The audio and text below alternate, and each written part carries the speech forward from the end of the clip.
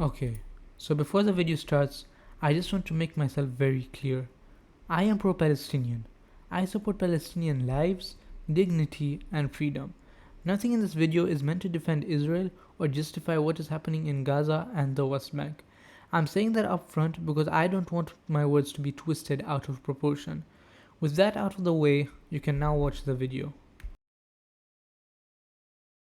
Okay, so usually I prefer to keep my content on YouTube pretty light.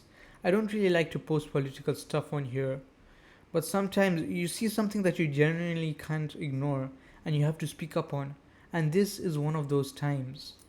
So I was scrolling on Twitter a couple of days ago when I came across a post that stopped me dead in my tracks. Now I'll display the post on screen, but what it said was, Aisha, 27 days old, died this morning due to extreme cold in Khan Yunis. That's it. A Palestinian baby, 27 days old, dead because of the conditions people in Gaza are being forced to live under. So I went to the comments. A majority of them were from Israelis, and they were written in Hebrew, so out of curiosity, I translated them. Some people were sympathetic. They were sad. They acknowledged that a baby dying is tragic, and I respect that. I mean, fair play to those people for having at least some sense of morality. But then I kept translating, and that's where things started to get disgusting. These are real comments that people left under that post. Someone put her in the fridge? Great! Thanks for the happy news! I have zero compassion for Gazan trash. And why don't you blame her parents who decided to go out to slaughter Jews? That's how people reacted to the death of a 27-day-old Palestinian baby. Those comments genuinely disgusted me. Not because of politics, not because of sides, but because a baby who hadn't even been alive for a month was turned into a joke, mocked, celebrated, dehumanized, and somehow people still tried to twist it into justification.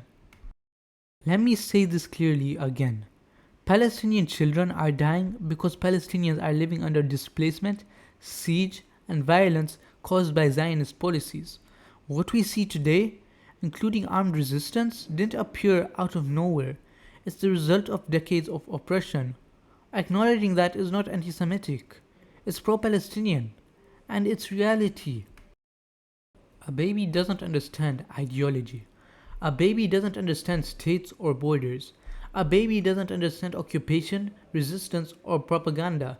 A baby is just innocent. And that applies to Palestinian babies and Israeli babies alike. This really isn't complicated. No baby deserves to die, and no baby deserves to have their death mocked. Whether the baby is Palestinian or Israeli, they are not responsible for the actions of adults, governments, or systems built long before they were born. And if you can't see that, something has gone seriously wrong. What scares me most isn't just those comments. It's how easy it's become to strip people, especially Palestinians, of their humanity, to the point where even a baby's death can be laughed at. And once we start deciding which babies are worth mourning and which ones are worth mocking, we've crossed a line that no political argument can justify. You don't have to agree with me on everything, but if you have a heart, you should be able to say this without hesitation. No baby, Palestinian or Israeli, deserves to suffer, die, or be mocked. And if calling that out makes people uncomfortable, then maybe that discomfort is necessary. Thank you.